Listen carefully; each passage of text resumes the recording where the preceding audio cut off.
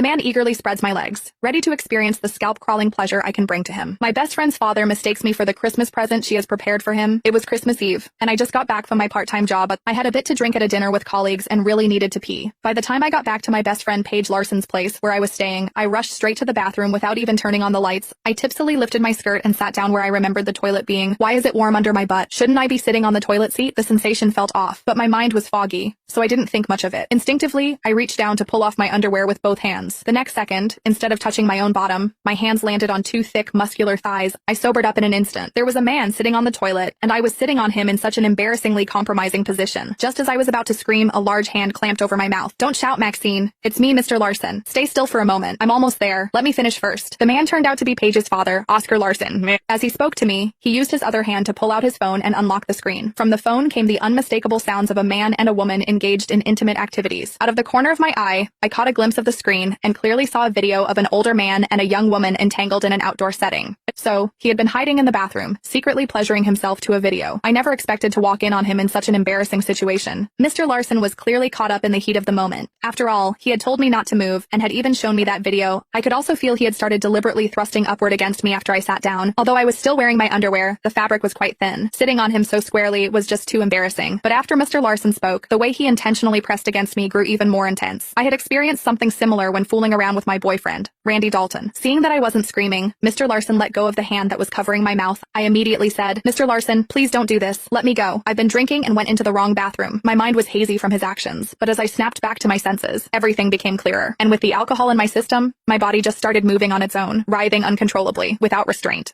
The sounds coming from Mr. Larson's phone, along with his heavy breathing, were too stimulating for me to handle, and I actually started moving more and more to his rhythm. Just when I felt like I was about to lose control, the door was suddenly pushed open with a bang. "Maxine, are you in there? Didn't you text me earlier saying you were back? Why are the lights in the house still off?" It was Paige's voice. "Oh no, Paige is back." I instantly became much more alert. Upon hearing Paige's voice, I got scared and quickly struggled to break free, but Mr. Larson's hand had somehow already slipped under my skirt, gripping me tightly while his other arm wrapped around my waist. If Paige hadn't come back, I really wouldn't have been able to break free. He was clearly startled too. Seeing me struggle, he quickly slid his hand around my waist up. Even though it brushed against my chest only briefly, I felt a shiver run through me. Then, he tried to go even further. "No, Mr. Larson. Let go of me now. Paige is back. If she sees us like this, it'll be a disaster. You're her father after all," I said, putting a bit more effort into struggling. Mr. Larson could tell I was trying to pull away. Though reluctance flickered across his face, he ultimately let me go. "Sorry, Maxine. I didn't mean for this to happen either. It was all just a coincidence." After he released me, I forced myself to stand up immediately, despite how weak my legs were. Ignoring the fact that he was staring at my fair back, I pulled my skirt down. So, overwhelmed by embarrassment and shame, I pushed open the bathroom door. Catching a glimpse of Paige just coming in and the lights still off, I hurriedly dashed into the bedroom. Once I